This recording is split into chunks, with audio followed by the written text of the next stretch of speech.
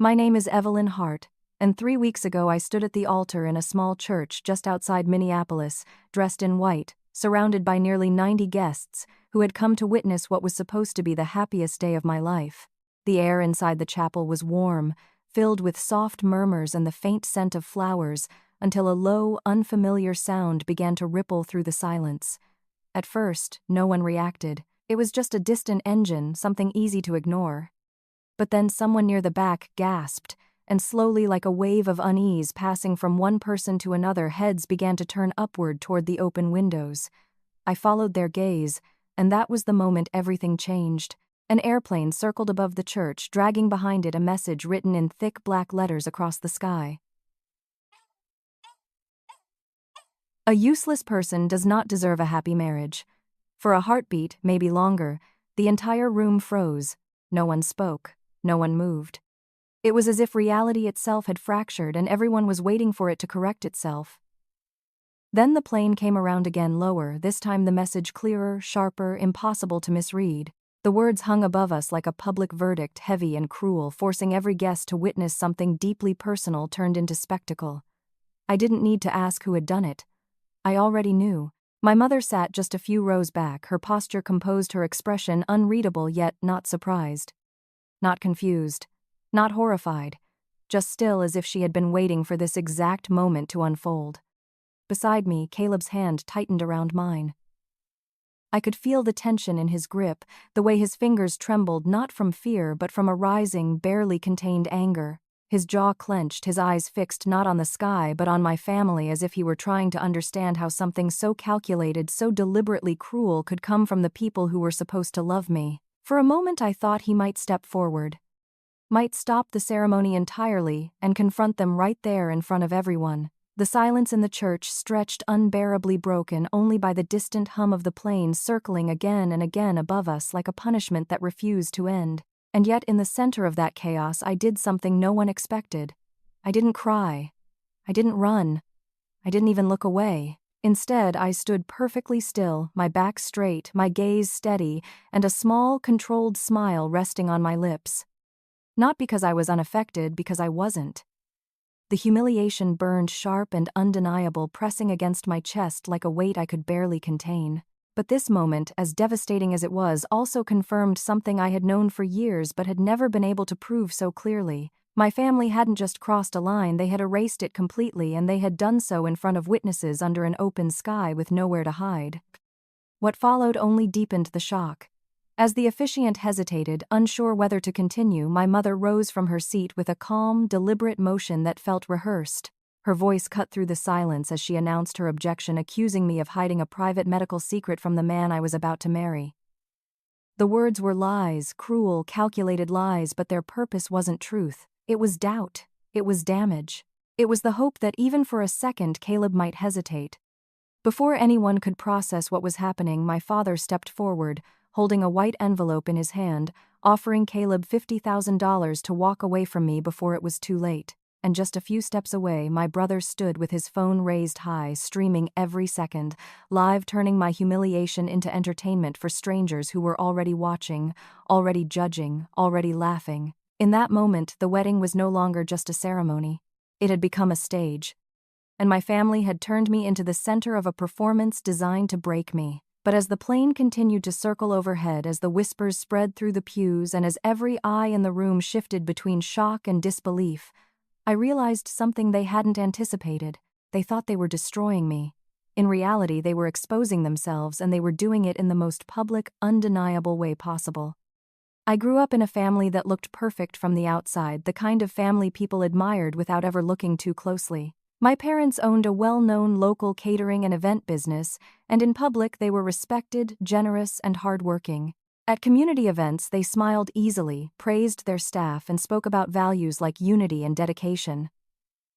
But behind closed doors, those same values took on a very different meaning. In our house, family was never about support or love, it was about obligation, control, and silent endurance. From the time I was old enough to carry a tray, I was expected to contribute to the business without question. I worked long hours after school on weekends during holidays, organizing schedules, fixing mistakes, managing logistics, yet none of it was ever acknowledged as skill or effort. It was simply what I owed them. My older brother Nolan lived in a completely different reality. He was the golden child, praised for passion even when he made costly mistakes, excused for behavior that would have earned me harsh criticism. He could lose contracts, forget orders, or treat employees poorly, and my parents would defend him, saying he had leadership potential. Meanwhile, I could solve problems before they even surfaced, prevent financial losses, and keep operations running smoothly, and still be told I was just doing what a daughter was supposed to do. Over time, that imbalance stopped feeling unfair and started feeling suffocating. Every contribution I made was expected, never appreciated, and every boundary I tried to set was framed as selfishness. If I expressed exhaustion, I was ungrateful. If I questioned anything, I was disrespectful. My parents never said they needed me because I was capable. They said I owed them because I was family. That word became a tool they used to keep me small. Family meant unpaid labor. Family meant silence when something hurt. Family meant protecting their image, no matter the personal cost. I learned early that my feelings were inconvenient, that my value came from how useful I was, and that love, if it existed at all, was conditional on my compliance. Even at gatherings where everything looked joyful, I could feel the tension underneath the quiet judgments, the constant pressure to perform, to be agreeable, to never disrupt the illusion. What made it harder was how invisible this dynamic was to others. People saw a successful family business and assumed we were close, supportive, and united. They saw my brother being groomed to take over and thought it was natural leadership. They saw me working tirelessly and assumed I was dedicated, not that I had no real choice. That disconnect between appearance and reality created a kind of isolation that was difficult to explain. It wasn't just that I was overworked, it was that my role in the family was never meant to evolve. I wasn't being prepared for independence. I was being conditioned to remain useful. The more capable I became, the more they relied on me and the less they respected me for it. That contradiction shaped how I saw myself for years, blurring the line between responsibility and exploitation.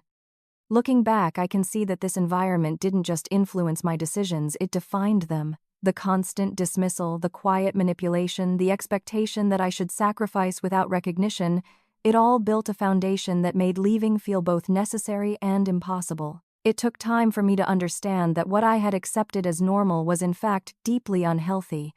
And it is that history, that slow accumulation of being overlooked, used, and controlled, that explains everything that came later.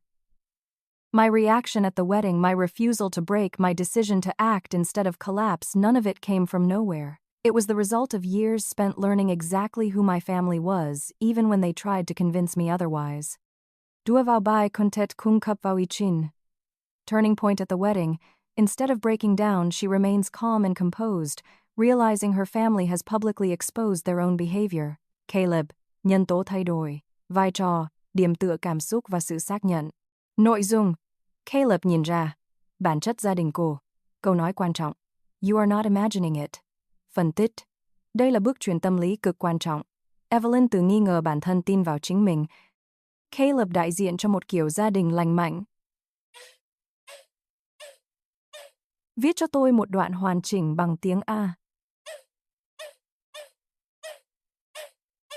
Dài. 2.500 ký tự viết dưới dạng đoạn văn. Dựa vào bài content. She discovers her mother tampered with her food, reinforcing the severity of her family's actions.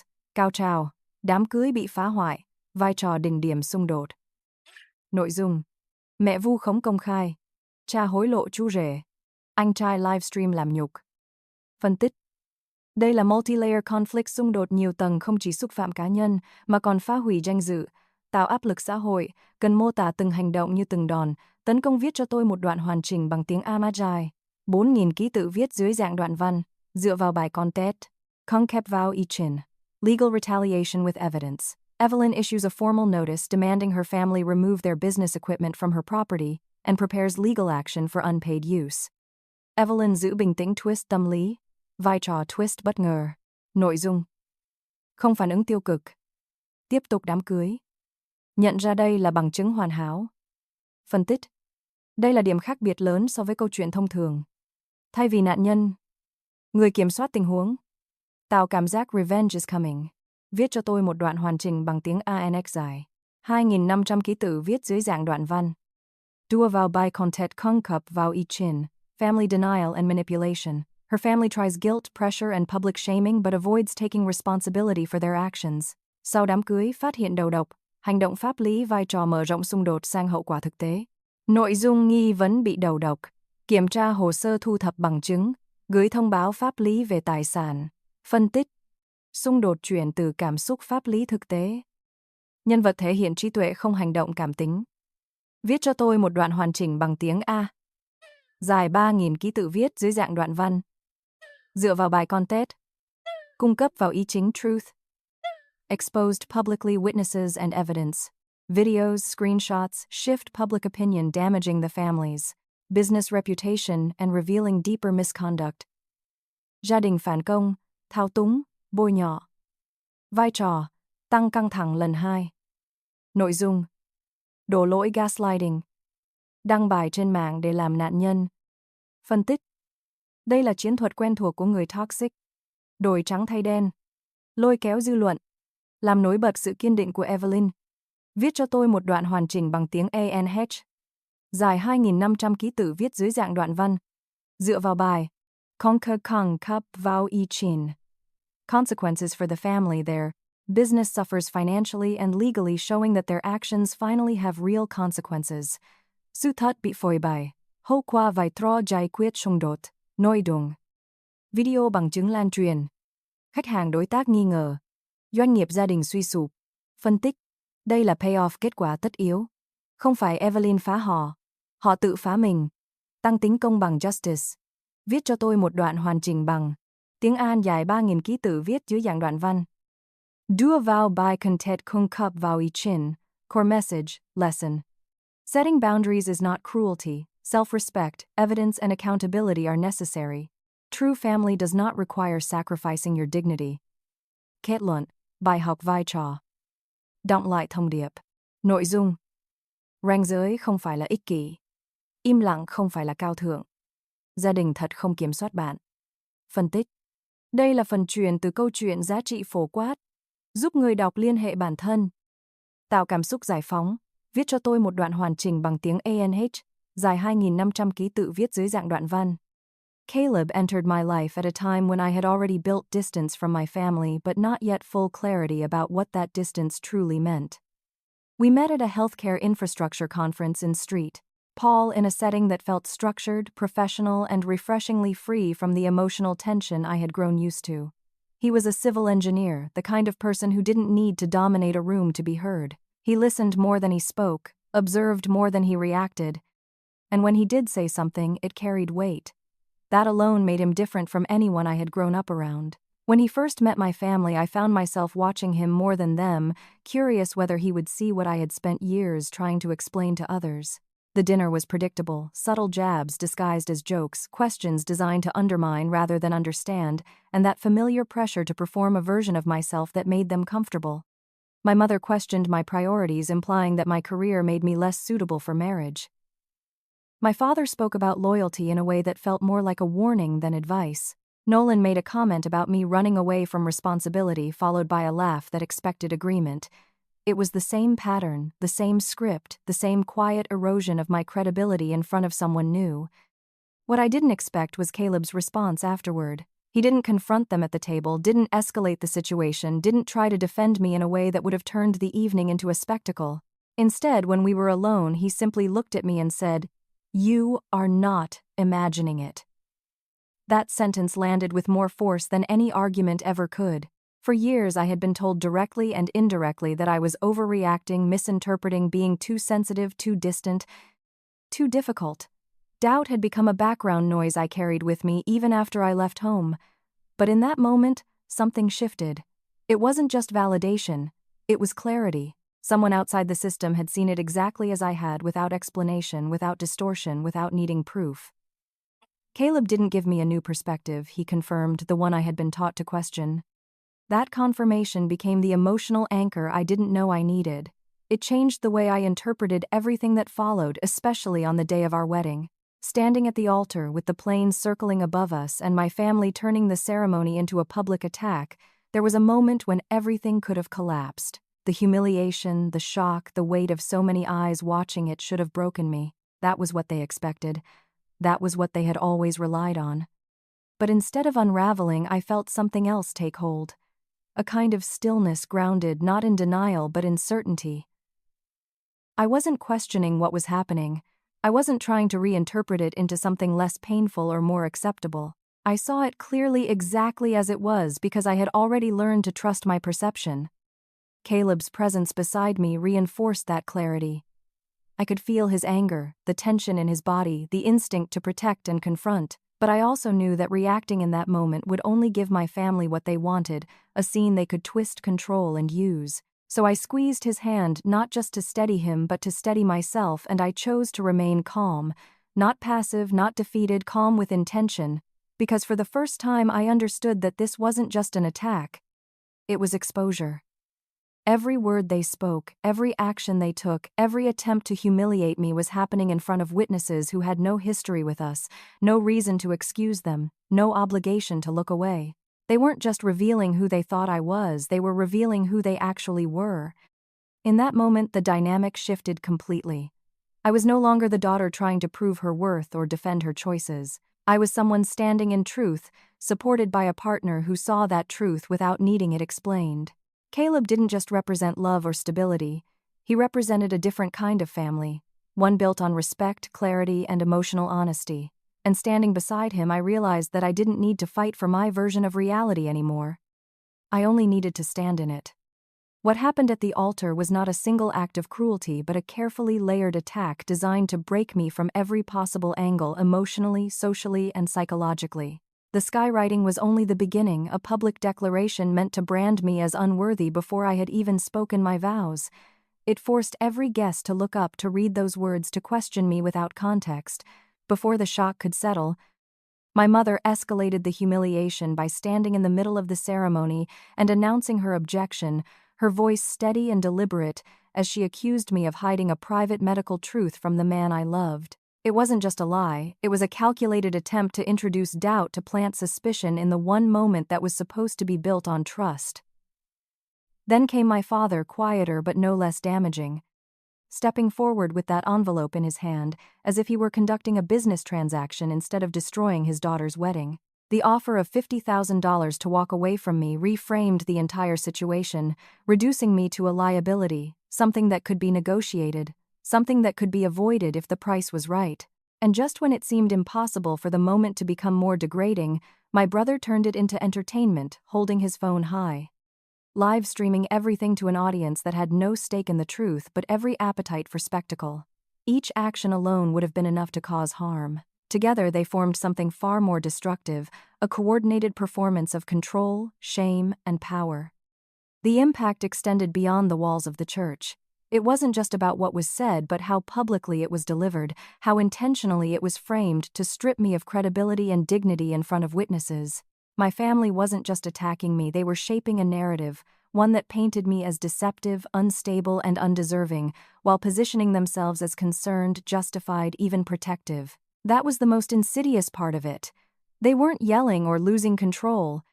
They were composed, almost rehearsed, as if they had planned each move to escalate the pressure without appearing unreasonable. It created a kind of psychological trap, where any emotional reaction from me could be used to confirm the story they were trying to tell.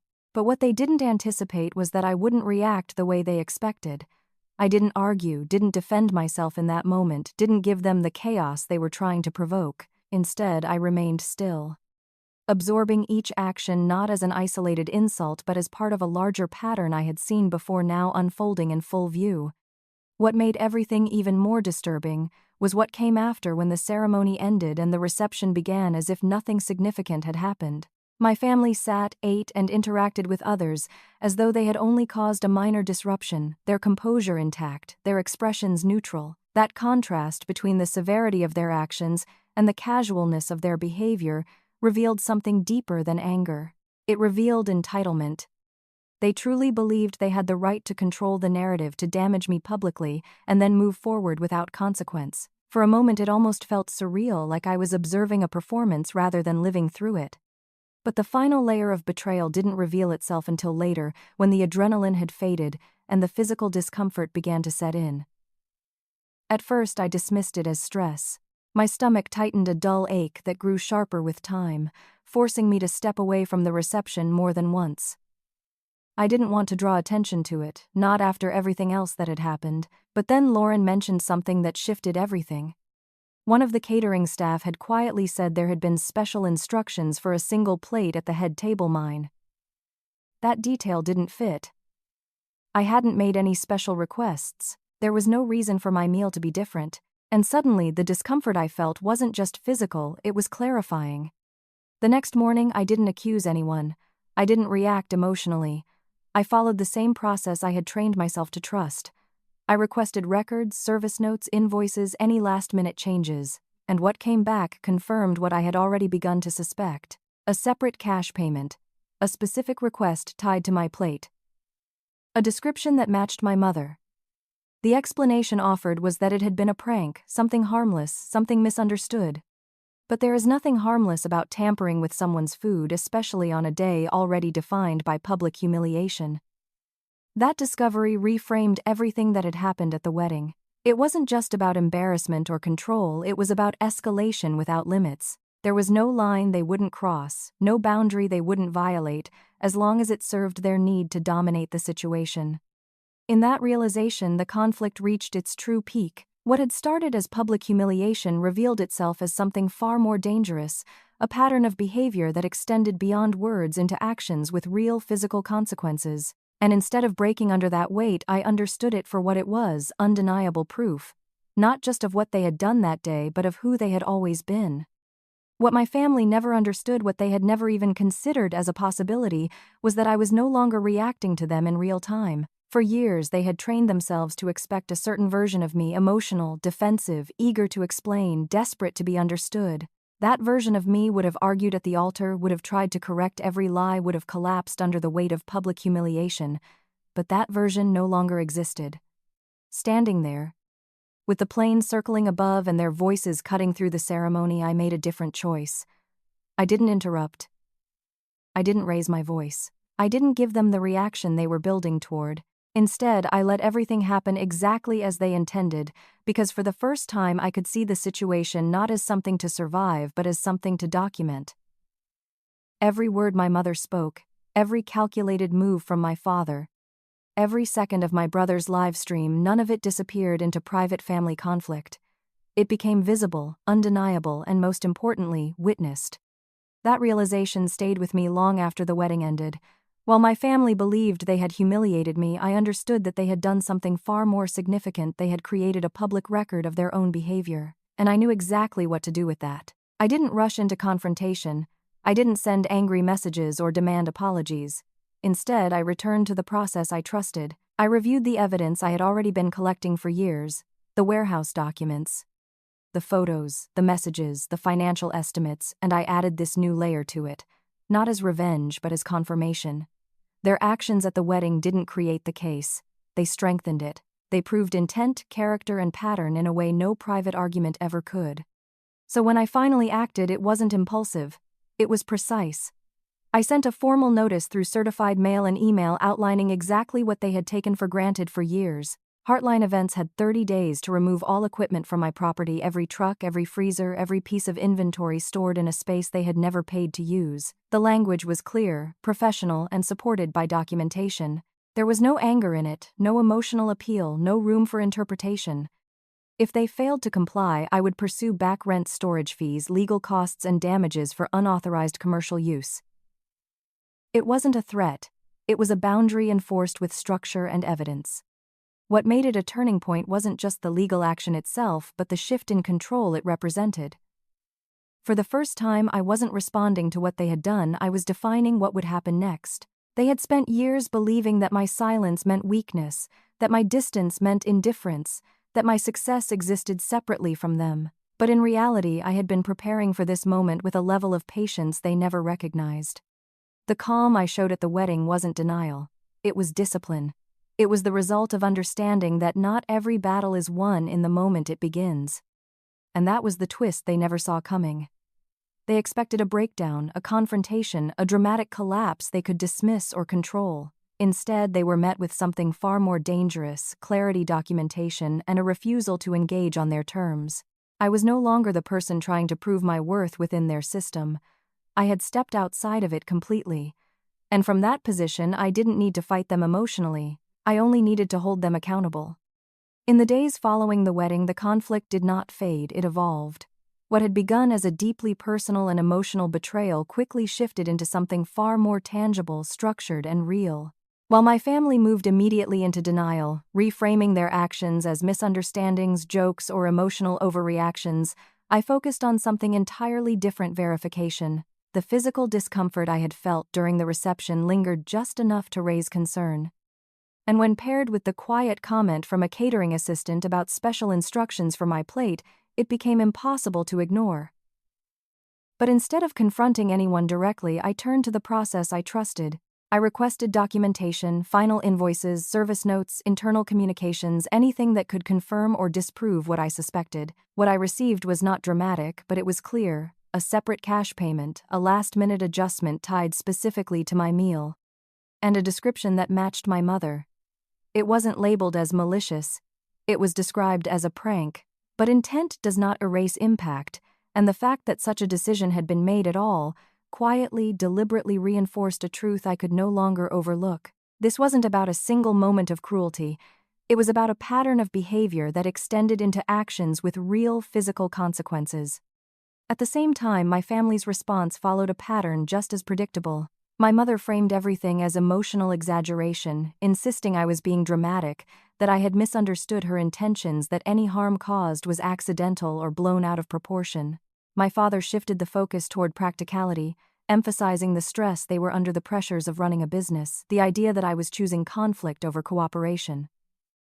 Nolan, as expected, escalated things publicly, continuing to post vague accusations online, painting me as unstable, vindictive, and ungrateful. None of them addressed the specifics. None of them acknowledged the facts. Their strategy wasn't to defend their actions, it was to distort the narrative until accountability became irrelevant. But by then, the nature of the conflict had already changed. I was no longer engaging in a family dispute defined by emotion or perception. I was building a case defined by evidence.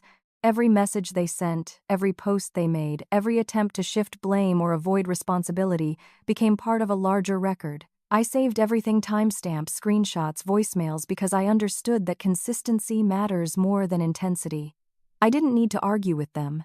I needed to document them.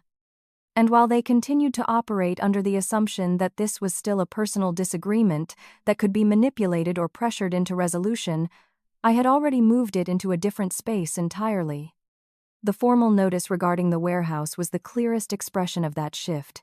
It wasn't emotional, it wasn't reactive, and it wasn't negotiable. It outlined facts: ownership, duration of use, absence of agreement, and the financial implications of that use.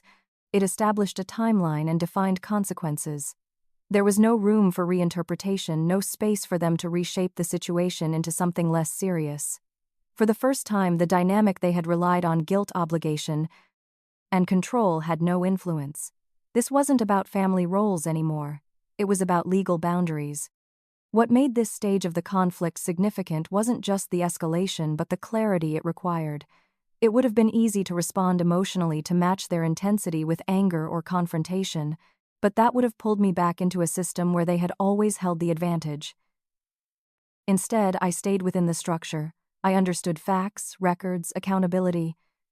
And in doing so, I shifted the balance completely. They were still trying to control the narrative. I was defining the outcome. In the second phase of the conflict, my family shifted strategies, moving away from direct confrontation and into something far more calculated: public manipulation. When private pressure failed to produce the reaction they wanted, they turned outward, attempting to control the narrative in front of a wider audience.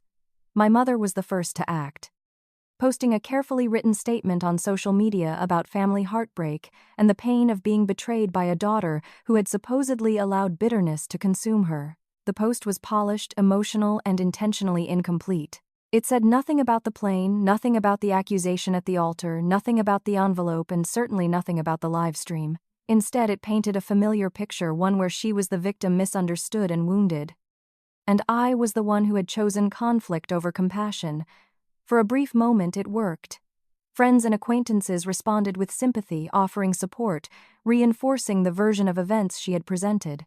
It was the same pattern I had seen my entire life: remove context, reshape reality, and rely on people's assumptions to fill in the gaps. But this time something was different. This time there were witnesses, there were recordings, there were people who had seen everything unfold without the filter of family loyalty or selective memory. The screenshots Lauren had gathered, the clips from Nolan's live stream, the quiet accounts from guests who had been present in the church, all of it began to surface, not as accusations but as evidence. A short video of the plane circling overhead appeared in the comments. A still image of the banner, unmistakable in its message, followed. Someone described calmly and in detail how my mother had stood up during the vows and made her claim. Another mentioned my father approaching Caleb with an envelope. The narrative my family had tried to construct didn't collapse instantly, but it began to crack piece by piece as more people added what they had seen. What made this shift so significant wasn't just that the truth was coming out, it was that it no longer depended on me to defend it.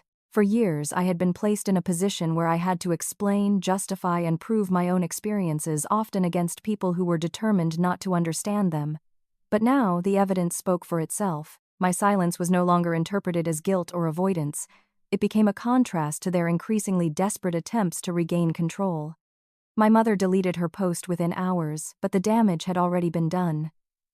Deletion doesn't erase visibility, especially when others have already preserved and shared what was said. As the public perception began to shift, the impact extended beyond reputation into something more concrete. Questions started appearing on the business page, polite at first, then more pointed. Clients asked for clarification, for reassurance, for documentation. Some chose to step back, entirely unwilling to associate with a company surrounded by controversy and uncertainty. The story was no longer just about a family dispute. It had become a matter of trust, of credibility, of professional integrity. And beneath that, something deeper started to emerge. Former employees and vendors, people who had remained silent before, began to speak. Not dramatically, not all at once, but enough to suggest a pattern that went beyond what had happened at the wedding. Through all of this, I remained consistent. I didn't respond publicly. I didn't engage in arguments or attempt to counter every statement. That restraint wasn't weakness, it was strategy. Because the more my family tried to rewrite the story, the more they revealed the same behavior that had always defined them: deflection, distortion, and an unwillingness to accept responsibility. And the more visible that became, the less I needed to say. The contrast spoke clearly enough. As the days passed and the evidence continued to circulate, the consequences my family had spent years avoiding finally began to take shape in ways they could no longer control or dismiss. What started as a shocking incident at a wedding quickly evolved into a broader reckoning, not because I forced it into the public eye, but because they had already done that themselves. The videos, screenshots, and first-hand accounts spread beyond our immediate circle, reaching clients, partners, and members of the community who had once trusted Heartline Events without question. At first, the reactions were cautious, quiet inquiries, subtle distancing requests for clarification. But hesitation soon turned into concern. Brides who had been considering their services began asking whether the company could be trusted with something as important as a wedding. Event coordinators requested updated documentation, wanting reassurance that the business was operating professionally and ethically. Long-standing clients started to reconsider their relationships, not out of spite but out of uncertainty. What made the situation particularly damaging was that the public narrative was no longer controlled by my family. For years, they had relied on reputation as a shield, presenting a polished image that concealed internal dysfunction. But now that image had been fractured by their own actions, and no amount of explanation could fully repair it. Every attempt they made to downplay the incident or reframe it as a misunderstanding only drew more attention to the inconsistencies in their story. The more they spoke, the more people questioned. And as those questions grew, so did the scrutiny of how their business actually operated behind the scenes. That scrutiny didn't stop at perception, it extended into reality. Concerns raised by former employees and vendors, combined with the visibility created by the wedding incident, led to increased attention from local authorities and industry partners. Inspections were scheduled, documentation was reviewed. Operational practices that had once gone unnoticed were now being examined with a level of detail my family had never been forced to confront before. Issues that might have been manageable in private suddenly carried financial and legal implications. Equipment that had been poorly maintained had to be repaired or replaced. Procedures that had been loosely followed had to be corrected. Contracts that depended on trust were reconsidered or withdrawn entirely. The financial impact was immediate. Refunds had to be issued for events that could no longer be fulfilled under the same conditions. New storage arrangements had to be secured after the deadline on my property passed, and the cost of those facilities far exceeded what they had ever budgeted, because for years they had relied on access they never paid for. Legal pressure added another layer as the formal notice I had issued moved forward with clear terms and documented evidence. What had once been an informal, unspoken arrangement was now defined by enforceable boundaries, and those boundaries came with measurable costs. Through all of this, one thing became increasingly clear: I had not destroyed their business. I had not created the conditions that led to their losses. I had simply refused to continue absorbing the consequences of their choices.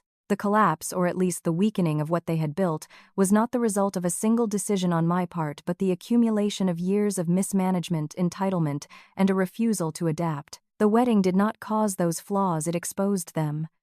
And once exposed, they could no longer be hidden behind reputation or dismissed as isolated incidents. There was a certain clarity in watching it unfold.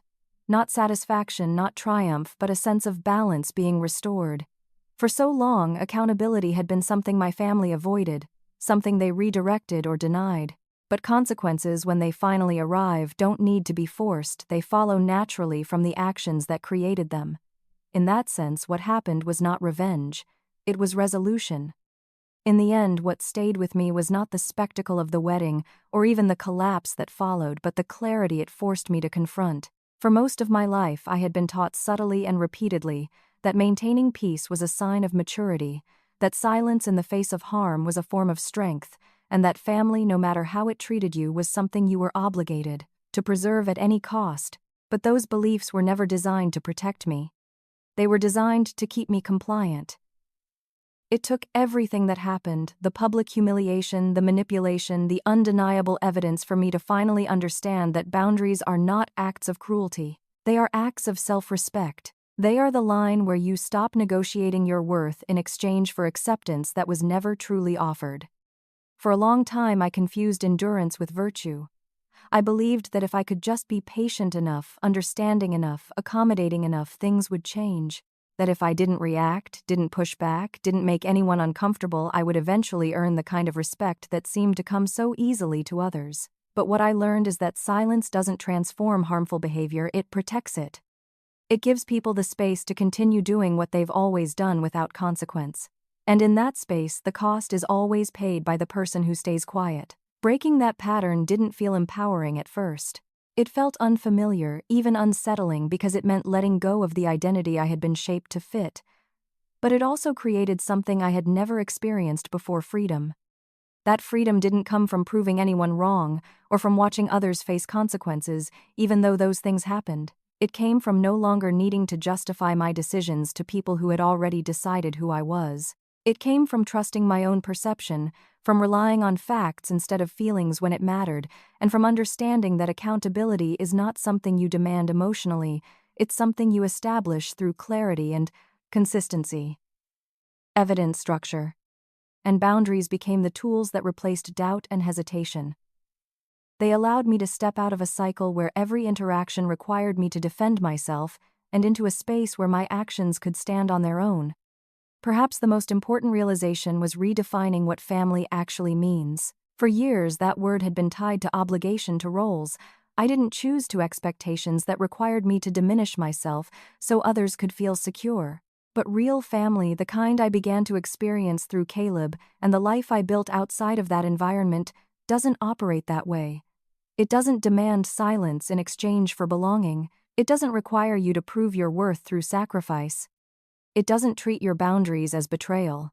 Instead, it recognizes your autonomy, respects your limits, and supports your growth without trying to control it. If there is one thing this experience taught me, it's that the people who benefit most from your lack of boundaries will often be the first to call them selfish. They will frame your decisions as attacks, your clarity as coldness, your refusal to engage as rejection. But those interpretations are not reflections of your character, they are reflections of what those people stand to lose when you stop participating in a system that harms you. And understanding that distinction is what allows you to move forward without guilt. The story of what happened is in many ways dramatic and extreme, but the lesson it carries is far more common than it seems. At some point, most people are faced with a choice between maintaining a version of peace that costs them their dignity or stepping into a truth that may disrupt everything they've known. That choice is never easy, but it is necessary, because real peace is not built on silence, and real love does not require you to become smaller to sustain it.